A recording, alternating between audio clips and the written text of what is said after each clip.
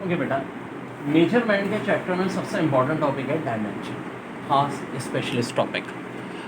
Length, मास और time, इन चीज़ों की डायमेंशन आती है। बिग थ्री, वैसे तो 7 बेसिक यूनिट है।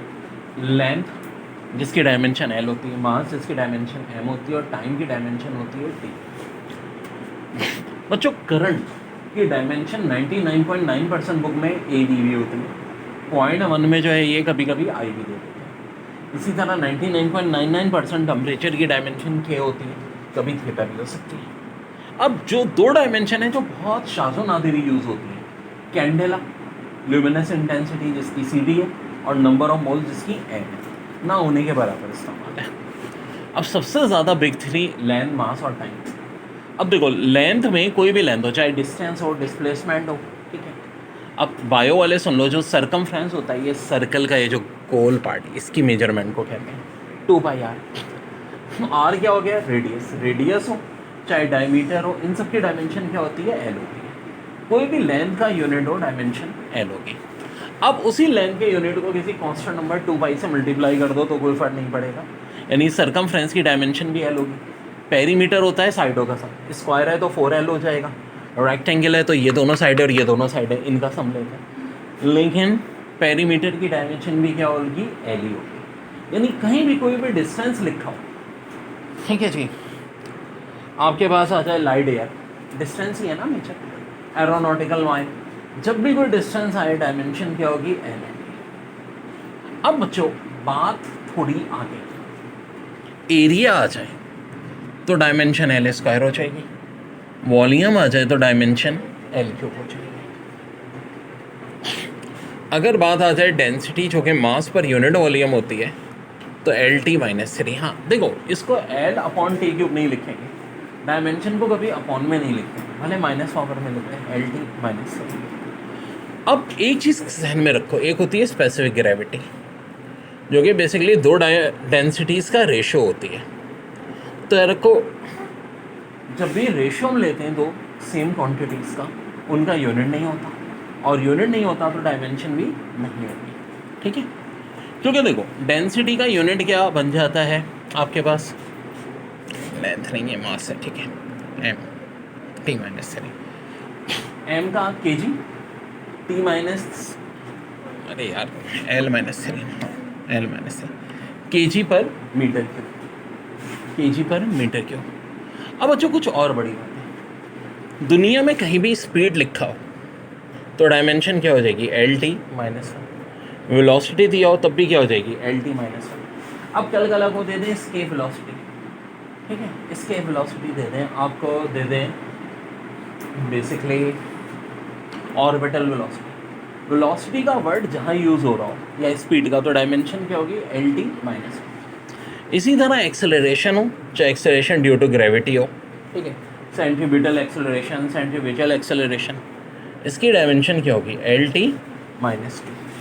क्योंकि देखो वेलोसिटी क्या होती है? डिस्टेंस अपॉन टाइम, और एक्सेलरेशन क्या होता है? वेलोसिटी को भी हम क्या करते हैं? हाँ जी, टाइम से डिवाइड कर देते हैं। वेलोसिटी की डायमेंशन क्या थी? एल टी माइनस 1, टी से मजीद डिवाइड हुई तो एल टी माइनस 2।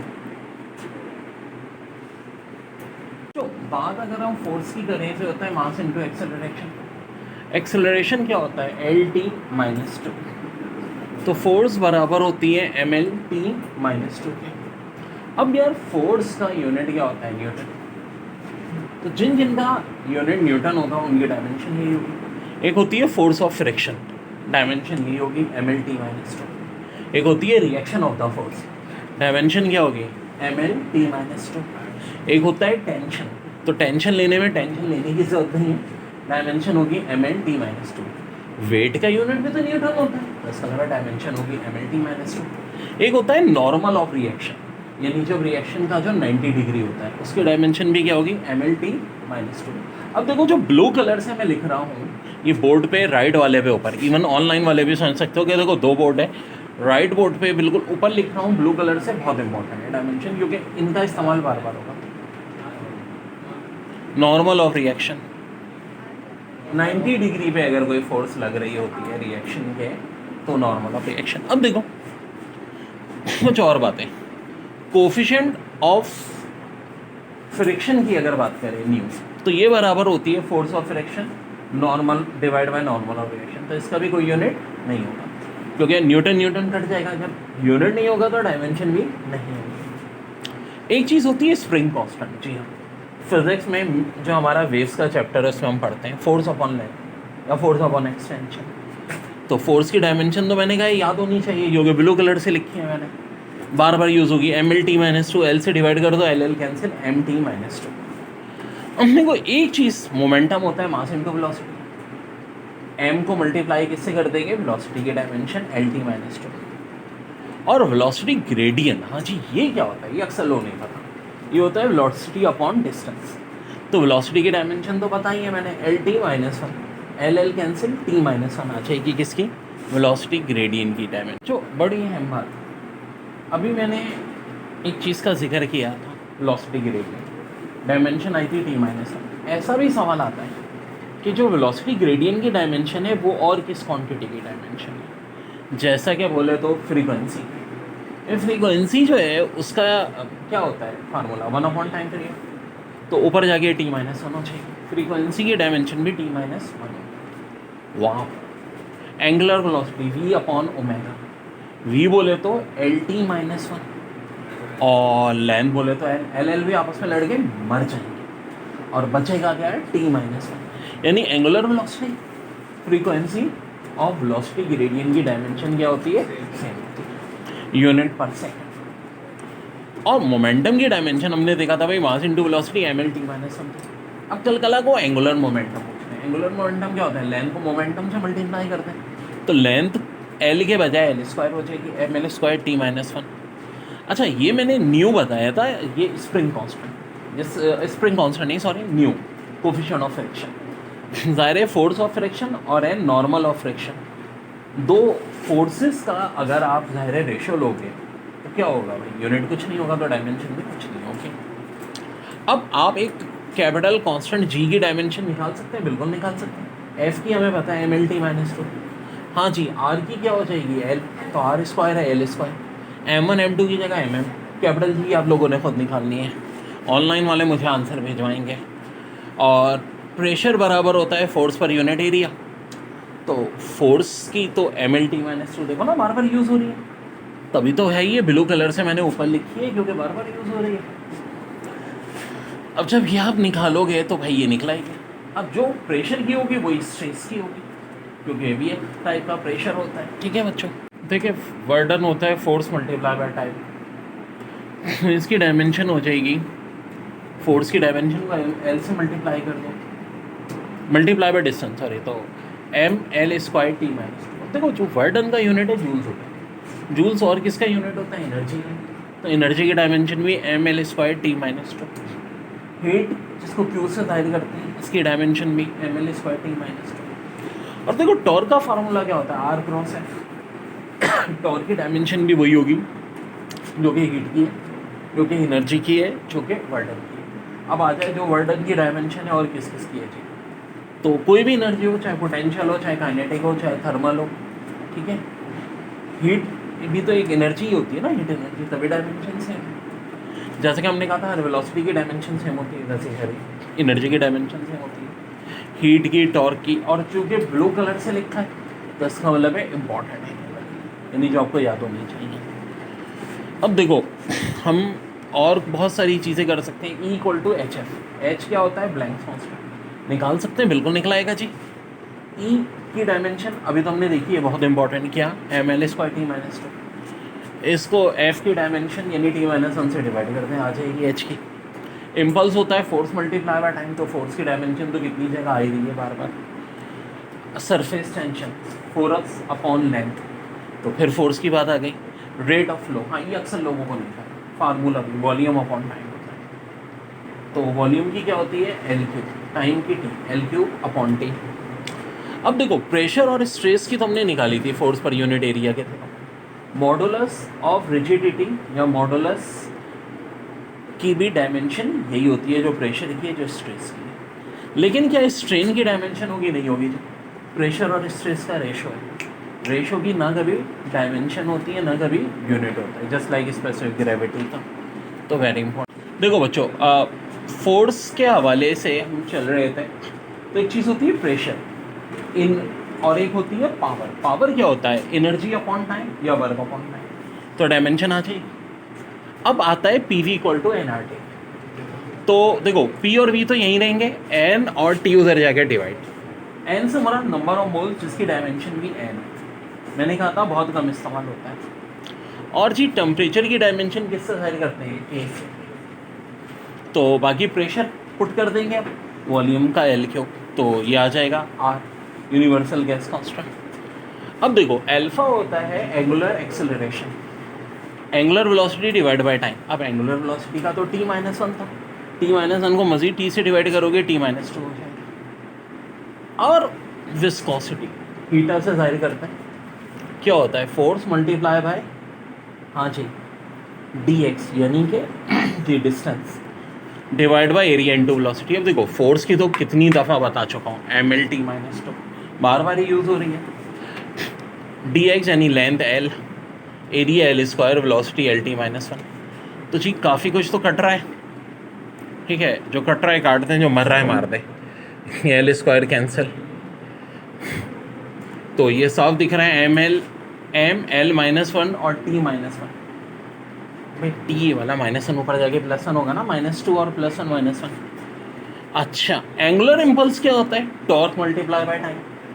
और टॉर्क की डायमेंशन क्या होती है? अभी तो बताया था, जो हीट की, जो एनर्जी की, जो वर्डन की।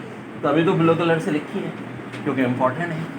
और ऑनलाइन वाले सुन लो, ये जो ब्लू कलर से लिख रहा हूँ इसको एक अलग पेज पे नोट कर लेना, ताकि जब भी ये टॉपिक करो तो उन डायमेंशंस वाले छोटे पेज को सामने रखो।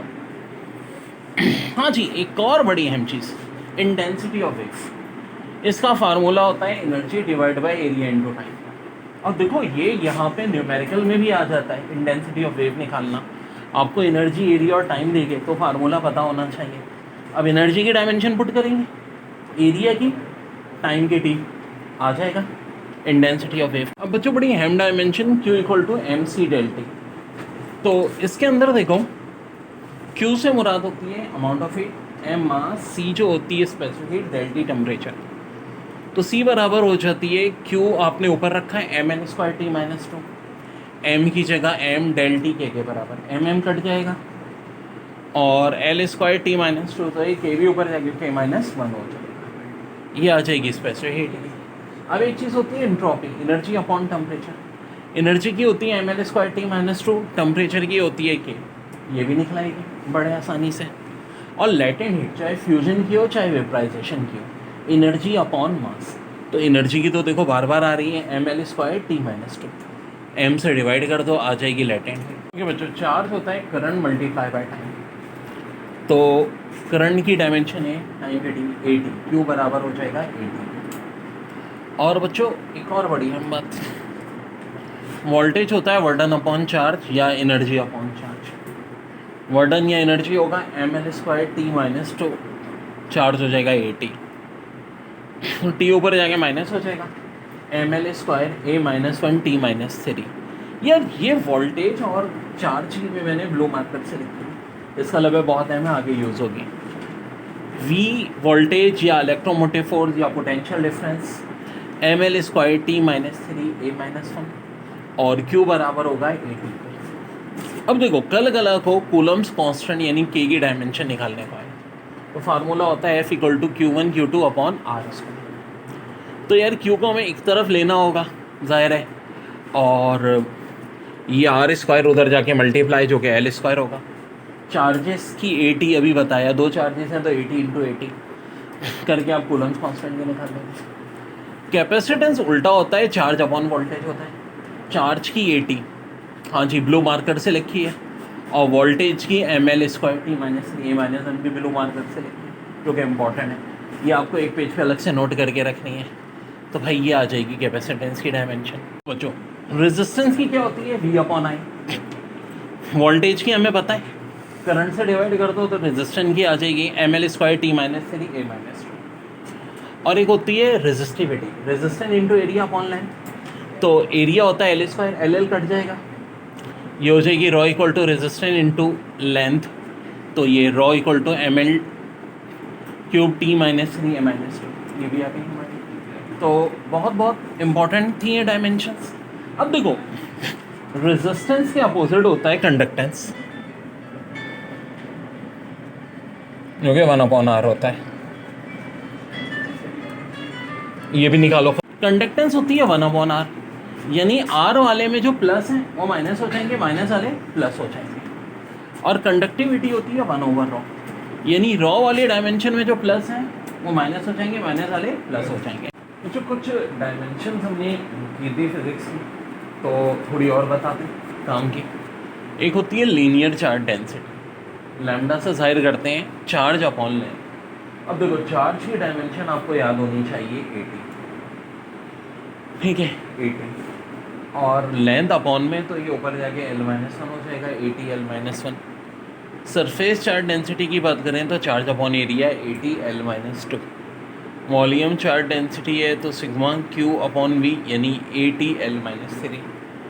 और इलेक्ट्रिक फील्ड की बात करें तो force upon charge MLT-2 upon 80, तो MLT-3 A-1 हो जाएगा। और अगर आप इलेक्ट्रिक फ्लक्स की बात करें तो होता है electric field multiply by area. तो देखो इलेक्ट्रिक फील्ड की तो अभी हमने ऊपर निकाल ली है MLT-3 A-1, उसको मल्टीप्लाई कैसे कर दो L² से। अब ये बात मैंने आपको पहले भी कही थी, बहुत बार कह रहा हूँ, कुछ डायमेंशन याद होनी चाहिए। जैसे कि फोर्स की MLT-2, और जो फोर्स की डायमेंशन होती है वही F यानी फ्रिक्शन की, R यानी रिएक्शन ऑफ फोर्स, T यानी टेंशन, वेट WT, और N यानी नॉर्मल ऑफ रिएक्शन की भी डायमेंशन सेम होती है, यानी कि MLT-2। और वर्डन, एनर्जी, हीट और टॉर्क की डायमेंशन सेम होती है ML²T-2।